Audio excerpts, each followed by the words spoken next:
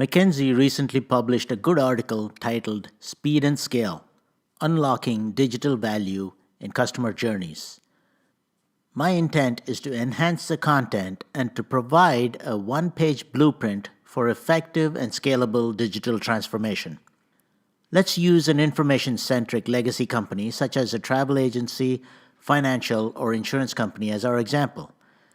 Such a company has many internal elements such as people, processes, data, applications, organization, and culture, and external elements such as suppliers, vendors, and governments that interact with one another to provide value to the customer. Until the last few years, the external pace of change has been slow, and therefore the elements that make up the company did not have to change that fast. Now the environment is much different. Today, the customer may be interacting with the company through multiple channels, such as online and through agents. They're looking for simple and seamless ways to interact with the company. For example, when a customer uses a music download service, he expects to search, buy, download, and listen to the song of his choice within a few seconds. If this interaction becomes painful, he will quickly move on to other companies that offer a better experience. Customer journeys are the mechanisms through which companies interact with their customers. For effective business transformation, we need to focus on such journeys while, at the same time, take into account the whole ecosystem of interacting elements that make the journeys possible when designing the digital future. But it would be very difficult to take all journeys into account for digital transformation. The best option is to first select a subset of such journeys as a starting point.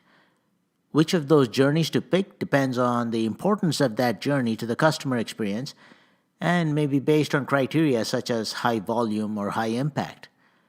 More importantly, they have to align with the digital vision of the company. Once a small set of journeys are picked, they have to be modeled so that they can be reimagined and digitized. We should not attempt to simply digitize an existing journey, but rather look at how the journey can be improved. For example, you may want to reduce the number of steps. Each step in the journey may focus on certain attributes. Branding may be important in one step, while speed may be important in another. Each step in the journey is essentially enabled by modular business services that can be reused in multiple places. In this example of a customer purchasing insurance, one step requires the customer to digitally sign the acceptance. Such a business service can be reused in multiple places across multiple journeys. This means that foundational architecture has to be built in a modular fashion so it can be reused. As we design and deploy more and more of these journeys, the library of such reusable business services will continue to grow. As the environment changes, the business services will be updated to meet the new requirements of the ecosystem. With time, e-signatures may be replaced by retinal scans, and updating the single business service can ensure automatic propagation to all the places that used to use e-signatures. Such modularity, flexibility, and reconfigurability allow the organization to continue to adapt to the ever-changing business environment.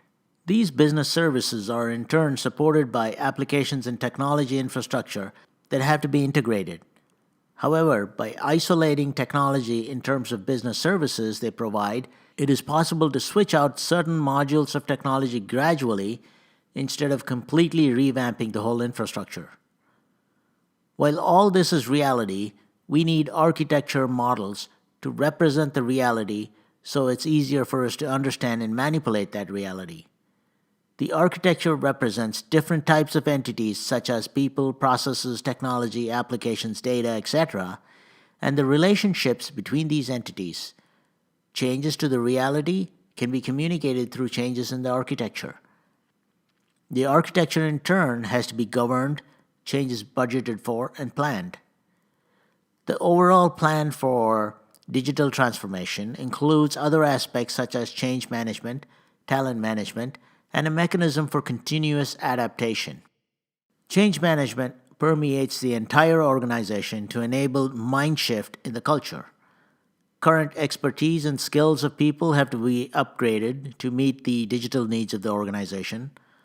One of the most effective ways to help employees increase their digital knowledge is to team them up in work cells, which include a cross section of people from different areas to collaborate. As new techniques and approaches are available, they are fed into the teams so they can continue to mature. The transformation journey never ends, continuing to evolve and adapt to the changing business and customer needs. As the transformation rolls out, the metrics and key indicators that used to be relevant in the legacy context are not necessarily relevant anymore. New metrics have to be developed and monitored to provide a real-time dashboard for leaders to make decisions and fine-tune the organization. All the influences of the ecosystem on the business is considered, and the cycle starts all over again. This blueprint is not comprehensive and is intended to just give an idea of the things that have to be considered in a digital transformation effort. Each of these steps can further be expanded into multiple levels of detail for an efficient execution, and more elements can be added to this blueprint depending on your needs.